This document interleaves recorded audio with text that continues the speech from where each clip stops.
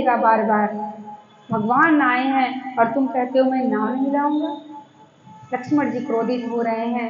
अब लक्ष्मण जी ने कहा, एक भगवान से कहते हैं लक्ष्मण जी कि आपके ऐसे ऐसे विचित्र भक्त हैं जो आपका कहना ही नहीं मानते। राम जी कहते हैं कि हाँ, कौन है ऐसा जो कहना नहीं मानता है? लक्ष्मण जी ने कहा कि एक जो सुमंत हैं पीछे, वो जाने का नाम नहीं लेते। आप उनसे कहते हैं कि जाओ वापस अवध, वो जा नहीं रहे हैं, और इनसे कह रहे हैं कि नाव लाओ, ये केवट नाव लाता नहीं। आप कैसे विचित्र विचित्र भक्त हैं। भगवान मुस्कुराते हुए कहते हैं कि ये सत्य है, पर अगर किसी दुकानदार के यहाँ कोई सुबह सुबह आ जाए उधारी लेने, उसका पूरा दिन उधारी में ही बीत जाता है। सारे ग्राहक उधार लेने ही आते हैं। तो ये तो अवध से ही ये तो काम हुआ है। बोले अवध से? राम जी ने कहा कि जब मैं ये वनवास तो मेरा हुआ था, पर मैंने मना किया कि लक्ष्मण तुम यहीं रहो, तो क्या तुम माने? लक्ष्मण जी ने कहा नहीं। कहते हैं कि सीता जी से भी कहा कि सीता तुम यहीं रहो, सीता भी नहीं माने। कहते अवध से ये शुरुआत हो गई है। जैसे दुकानदार के पास कोई जाए उधारी लेने सुबह सुबह, तो जिस प्रकार उसकी बोहनी नहीं होती है, वही हालत यहाँ भी है। वहीं से शुरुआत है। न तुम कहना माने, न सीता ने कहना माना। तो बताओ, ये भी तो भक्त ही हैं, ये भी प्रेमी है। तुम मेरे प्रेम के कारण मेरी बात नहीं मानी, सीता ने भी मेरे प्रेम के कारण नहीं माने, परंतु ये भी भक्त है, प्रेमी है, ये भी प्रेम करता होगा ना किसी से, जो बात नहीं मान रहा है। अब वो नाव लाता ही नहीं है। अब क्या कहने लगा? राम जी कहते हैं कि केवट ये बताओ कि कोई मार्ग है, तुम मुझे उस पार कैसे ले जाओगे? केवट ने कहा प्रभु एक रास्ता है। बोले क्या? आप अपने चरण धुलवा लीजिए तो मैं आपको उस पार कर दूंगा। राम जी कैसे चरण धुलवाएं? अब वो कैसे कहें कि मेरे चरण धुल लो? अब कोई श्रेष्ठ जाए, कोई जाए, विद्वान जाए, तो अपने आप से तो कहेंगे नहीं कि लो भैया मेरे चरण धुलो। जो बहुत प्रेमी होंगे वो अपने आप से चरण धुलना प्रारंभ कर देंगे। परंतु ये केवट भी ऐसा है, ये कहता है कि मैं, आप जब तक कहेंगे नहीं तब तक मैं चरण नहीं धुलूंगा। अब राम जी सोचते हैं मैं चरण क्यों धुलने के लिए, ये तो अच्छी बात नहीं कि लो भैया मेरे चरण धुल लो। राम जी ने कहा कि अच्छा ये बताओ कि क्या किया जाए। उस केवट ने कहा कि आप चरण धुलवा लीजिए, मैं आपको पार लगा लूंगा। तो लक्ष्मण जी फिर क्रोधित हो गए,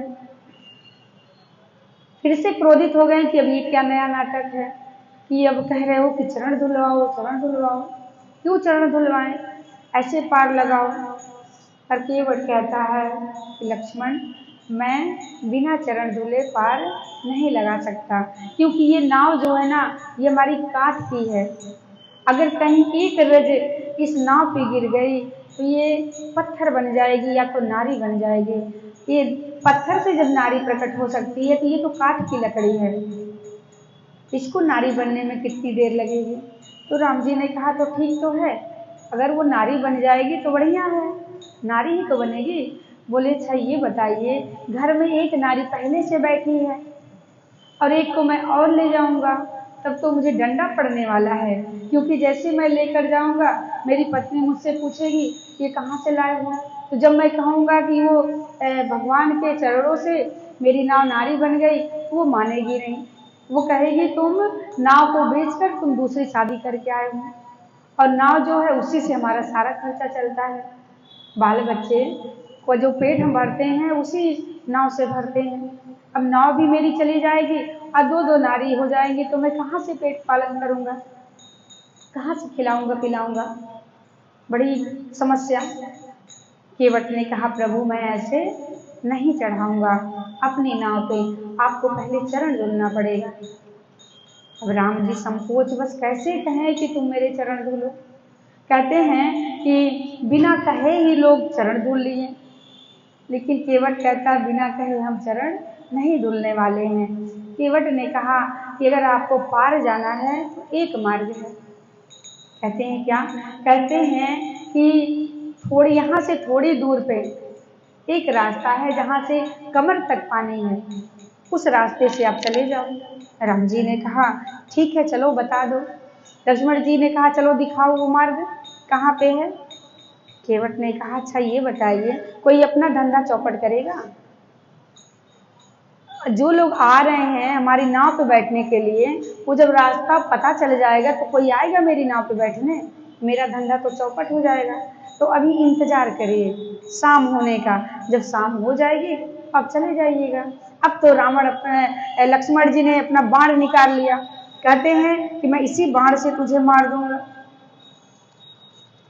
राम जी ने शांत किया।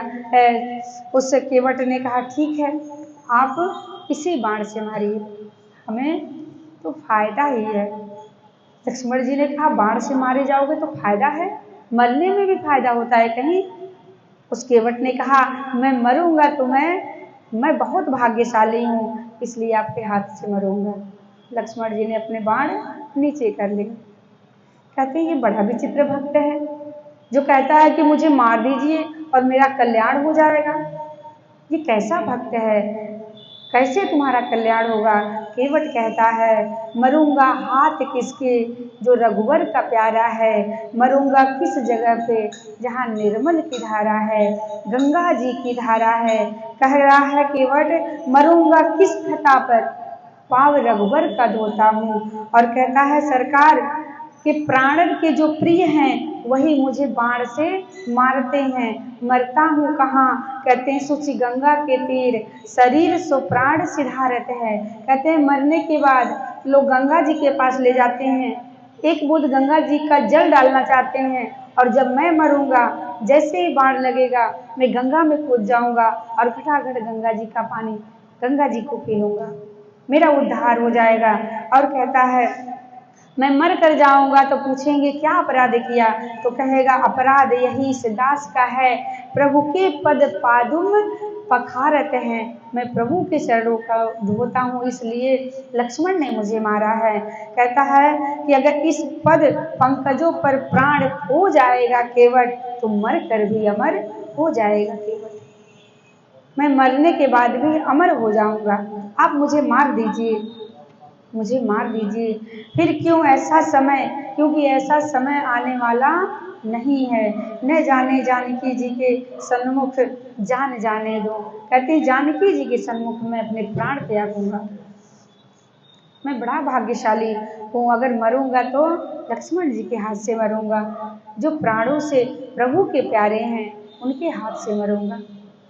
अब तो प्रभु हंसने लगे, सुन के वट के बैन प्रेम लपेटे अटपटे, बिहसी करुणा ऐन चितई जानकी लखन तन। राम जी मुस्कराने लगे।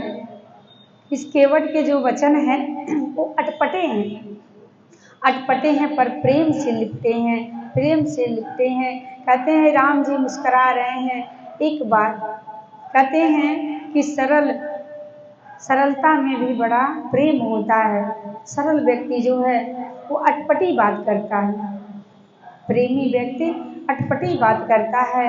भगवान बड़े हर्षित हुए और सरलता पे कहते हैं भगवान रीझ जाते हैं। जो सरल व्यक्ति होता है उसे बनावट करने की बात नहीं होती, वो बनावटी कुछ नहीं बोलता, वो भीतर से बोलता है, बड़ी सरलता से बोलता है। भगवान जो परमात्मा है उस व्यक्ति पे रीझ जाते हैं। आज परमात्मा मुस्करा रहे हैं और केवट भी बड़ा प्रसन्न है, मन ही मन प्रसन्न है। कहते हैं श्री राम जी ने सोचा अब इसे कैसे आज्ञा दूं कि तुम मेरे चरण धो लो, कैसे कहूँ? राम जी थोड़ा घुमा फिरा कर कहते हैं कृपा सिंधु बोले मुस्काई, सोई करु जेहि तब नाव न जाई। कृपा सिंधु बोले मुस्काई, सोई करु जेहि तब नाव न जाई। कहते हैं केवट तू वही कर जिससे तेरी नाव ना जाए। अब तो केवट बड़ा प्रसन्न हुआ, दौड़ के गया केवट केवट फिर कहता है, प्रभु आप साफ साफ क्यों नहीं कहते कि आओ मेरे चरण धुल लो। भगवान से कह रहा है कि आप ये क्यों नहीं कह रहे हैं कि मेरे चरण धुल लो। प्रबल प्रेम के पाले पढ़कर प्रभु को नियम बदलते देखा, अपना मान टले टल जाए पर भक्त का मान न टलते देखा।